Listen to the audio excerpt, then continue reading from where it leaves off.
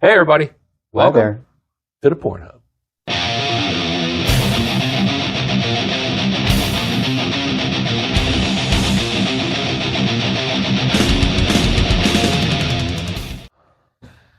And I got my resident bartending buddy, Sam, in the hub. Back again. And you'll be back in March. Oh, yeah.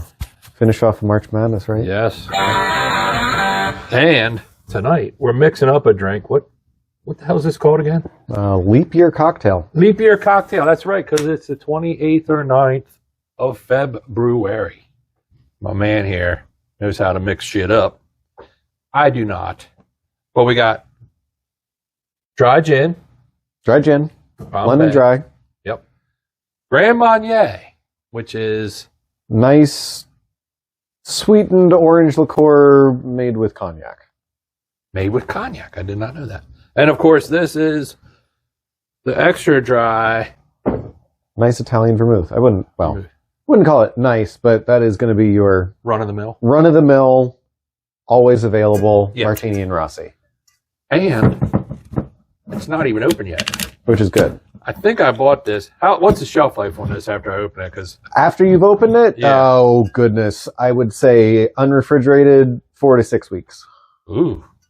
People got a lot of drinking to do then. People generally don't like vermouth because they have had old vermouth that's been sitting on someone's shelf for the last years or at a bar that doesn't refrigerate it. And it oxidizes. It doesn't go bad. You're not going to get sick from it, but it's not going to taste as it was intended. Okay. What if you refrigerate it? Twice as long? Twice as long. Okay. If you put a little wine topper on the top of it, and pump the air out of it and keep it refrigerated 3 months. 3 months, 6 months maybe. I know.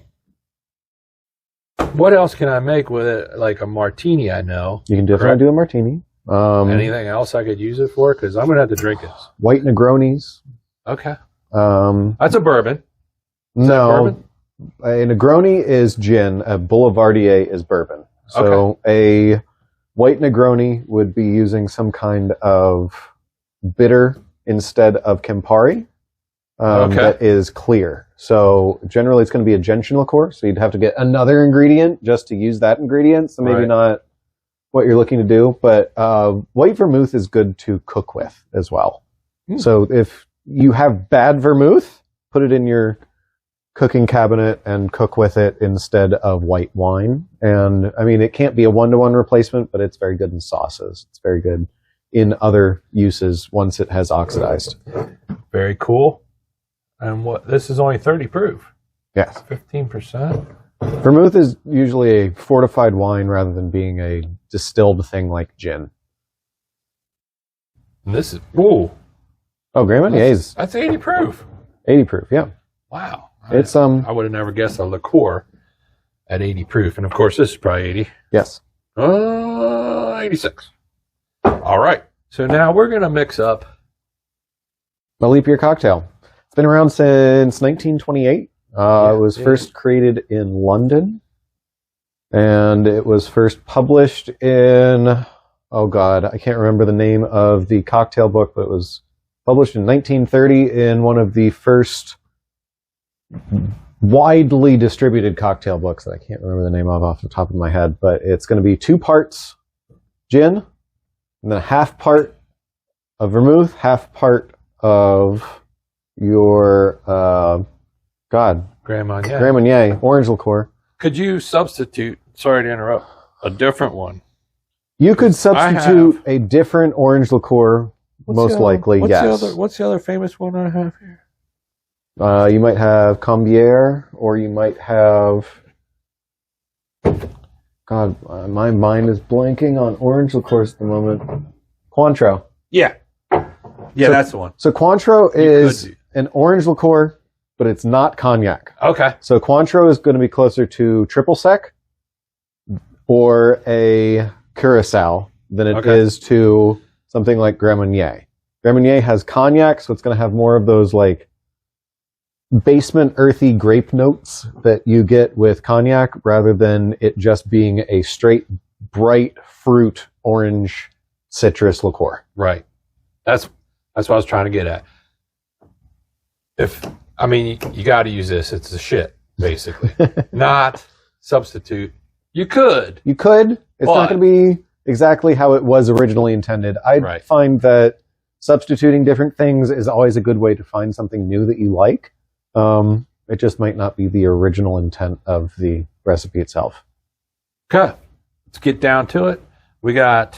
So it does also call for a dash of lemon juice per drink. Generally with drinks that have juice in them, I always shake them. But since this doesn't actually have juice in it, and it's just calling for a dash of juice, we're going to stir it. And my shaker had pickles in it. And your shaker had pickles in it. I wasn't going to get into that. I was going to come up with an actual reason. I know. I'll probably cut what I said out, but hey, it might be funny. 2 drinks. So we did 4 parts of gin. Mm-hmm. 1 whole part of your orange liqueur here. Yep.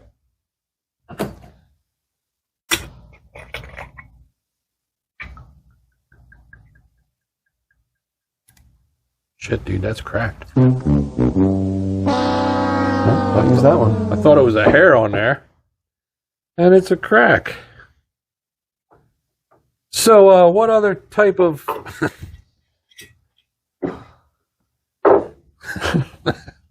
what other type of glasses can we use? That one ain't cracked, is it? No. Okay. Yeah, it's pretty dangerous around here to pour an up. Cracked glassware. Oh, yeah. Well. It happens all the time. That's why I don't have many glasses. With the size of this drink, I don't think it'll be that bad to just pour it in one here. And sample it. Sounds good. We don't want anybody eating any glass.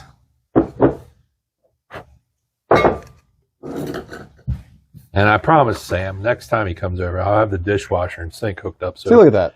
Whenever we do get pickles, we can clean it up. Perfect size. Very nice.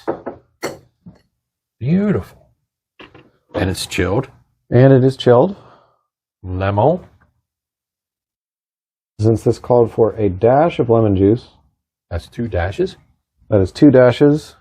It also calls for an expressed lemon peel over the drink. So really just the lemon oils, the citrus oils are what's going to be adding to this. It's not really that you're making this a juicy, citrusy drink. Right. Just giving it that touch of... Mm-hmm. And really, I think most of the citrus is just supposed to cut the sweetness of the orange liqueur there. Because, oh my goodness, that is sweet. That is sweet. Damn.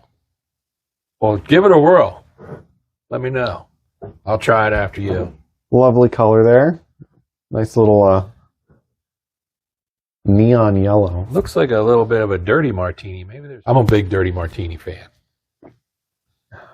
So would I use that to make a dirty martini? Not specifically dirty, because dirty really just refers to the olive juice. But vodka, this, and olive juice would be... Vodka, this, and olive juice. Gin, this, and olive juice. Okay. Depending on if you like gin or vodka. I find that if you're just going to be doing a dirty martini, vodka's usually what people go with because you're more worried about the taste of the olive juice than anything else. Me too, yeah. If you just want a traditional martini, I always go with gin because I want to taste the actual gin. This, however, is lovely.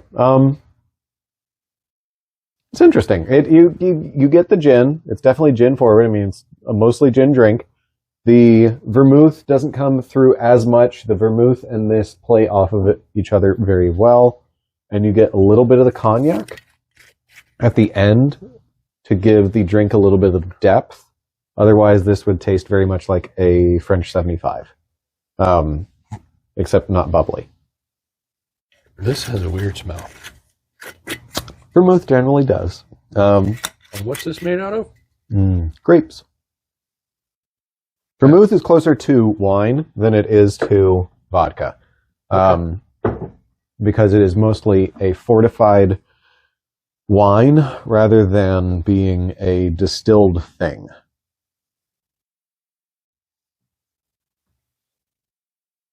That's very interesting. It's bright without being too bright. Exactly. It's well balanced. Like, I'm not a gin guy, but it doesn't like put enough you said, gin in your face right, that you're just thinking this is a gin drink. it has a little bit of sweet and a little bit of lemony Yeah. to balance it out. It's pretty good. I'd make one of them again. It's an old school cocktail.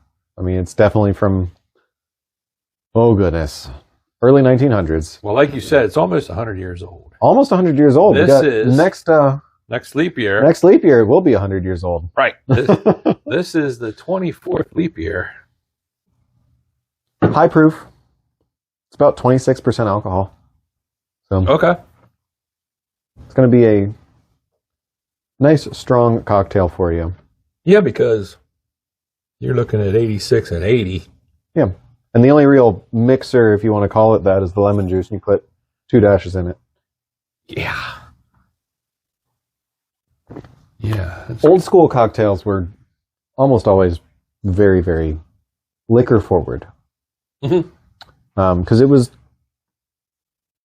in the early 1900s, it was a lot harder to get fresh ingredients widely distributed. So you could get them in cities, you could get them some places, but you couldn't necessarily get fresh citrus all year round reliably. So it's easier to just do a dash, throw a peel in there, be done with it. Yep. Use this as your main flavorings. Yep. And then just, if you can get some of this. But yeah, that's very cool. And I think, leave a comment if you think this, we should do an old school cocktail once a month. That would be fun. That would be cool. There's a lot of old school whiskey cocktails too. Yes. Well, you know them all. I don't. But there was another one I just thought of and it left my mind. So I never heard of this one. Well, it only comes around once every 4 years. Once every 4 years. But if you have some gin sitting around, some vermouth, some Grand Marnier, everybody has them three. Oh yeah, sure. I mean, who wouldn't? If you do, though, you can make one of these. They're pretty damn good. And all you need is a lemon. All you need is a lemon. It's the hardest ingredient to get. Yes, go to Wise and get one. Send a wife. But I think we'll do that. Or at least once every other month. I know Sammy's a busy guy now. Well, he, once a month. That's a lot to ask, I understand.